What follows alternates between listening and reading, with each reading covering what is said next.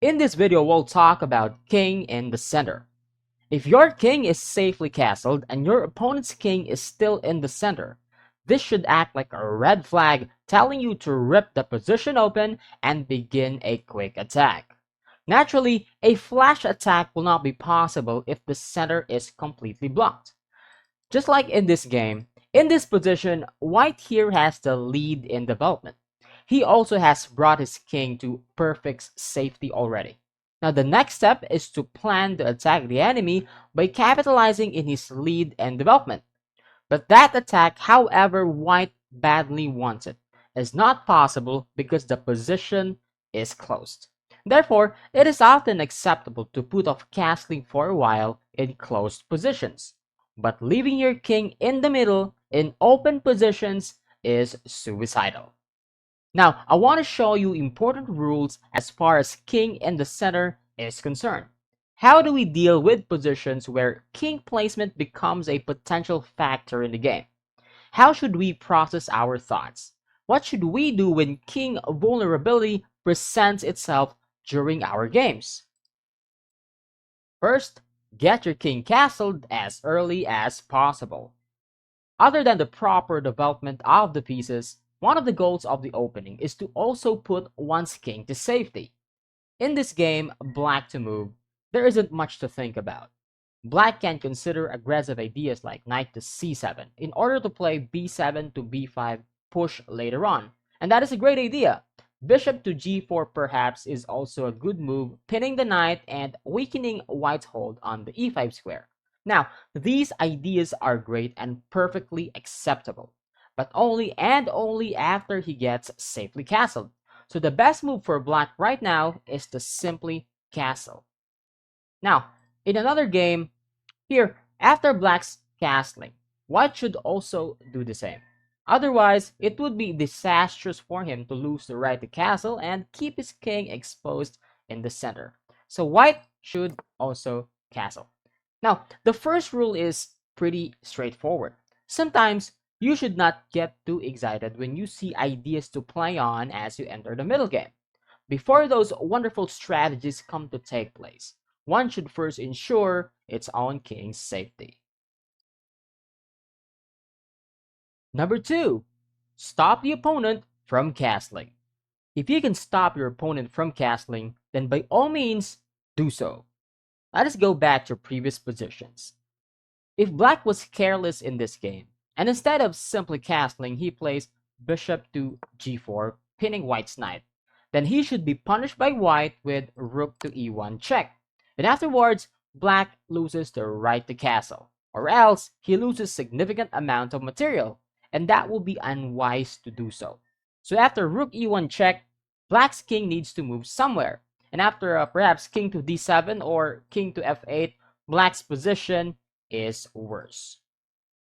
Now, the same is true in this other game. As mentioned, after black's castling kingside, white should also do the same immediately. For some reasons, white, who happens to be inexperienced, got intimidated by black's bishop to g4, pinning his f3 knight. So he plays h3 first to prevent that move. Then black struck him with rook to e8 check. Now he thought bishop to e3 would solve his problem. Little did he expect d4. And after c takes d4, white's wrong decision costs him a piece and even the game. And white loses instantly. Now let's go to the most exciting part. Number 3. If your opponent has left his king in the center, uncastled, try to punish him by starting an immediate attack. In this game, looks like black is begging to be spunked. White can teach him a lesson by playing f5, trying to rip open the center. If e takes f5, e takes f5, g takes f5, now black is up a pawn for a while, but he's got ugly pawn structure and a vulnerable king in the center.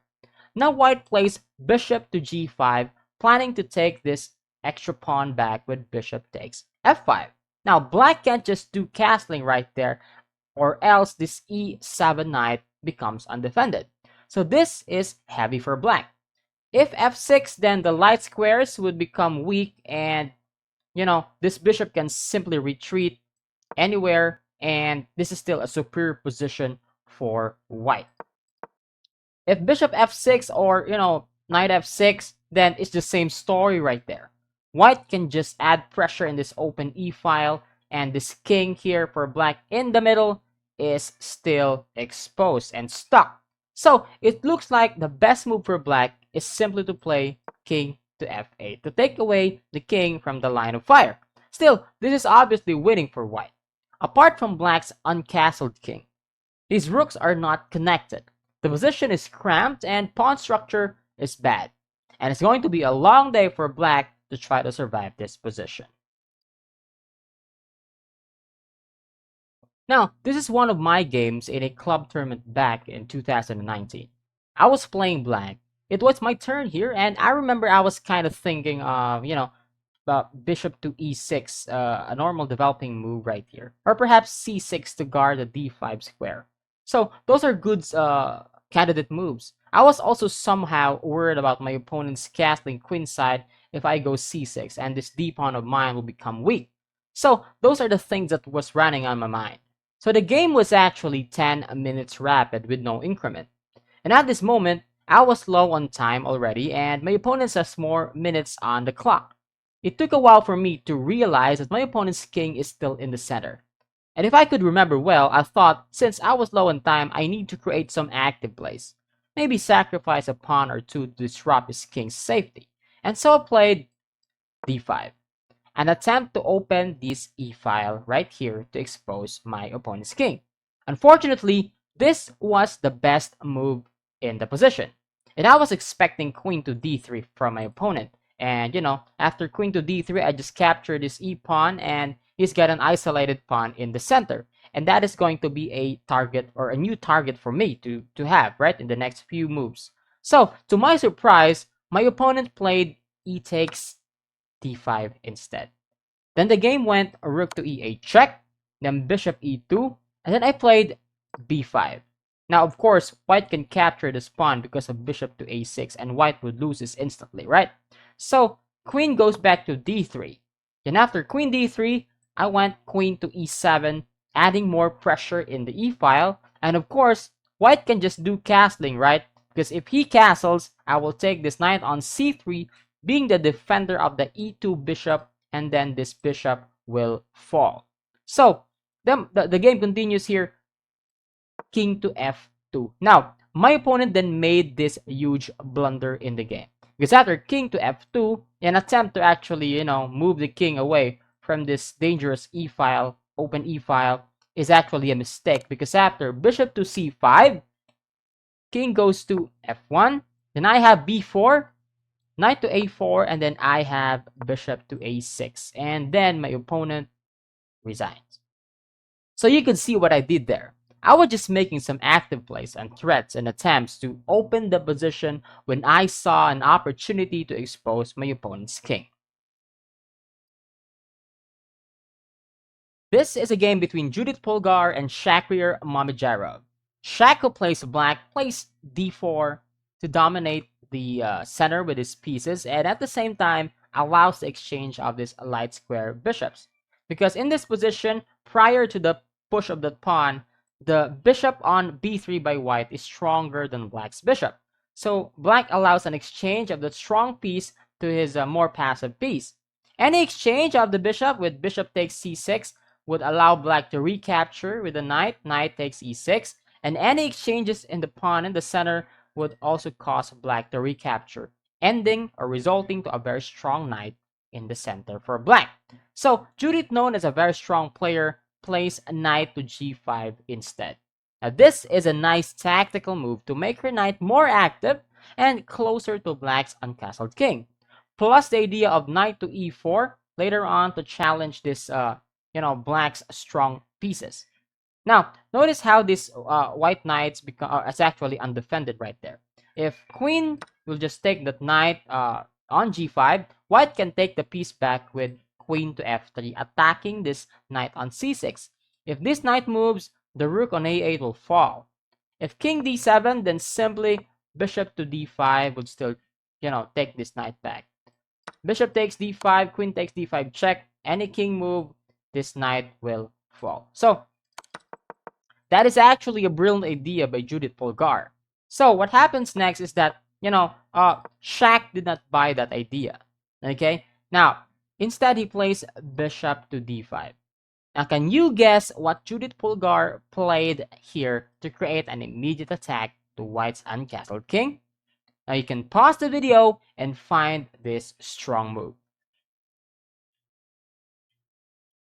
Alright, congratulations if you saw knight takes f7. Now, if bishop takes f7, White will just simply capture that, and after king takes f7, queen to f3 check, this c6 knight will fall, resulting to Black's king has lost the right to castle, so still going to be stuck in the middle for quite a while. Okay, so what happens in the game is that Shaq actually played king takes f7.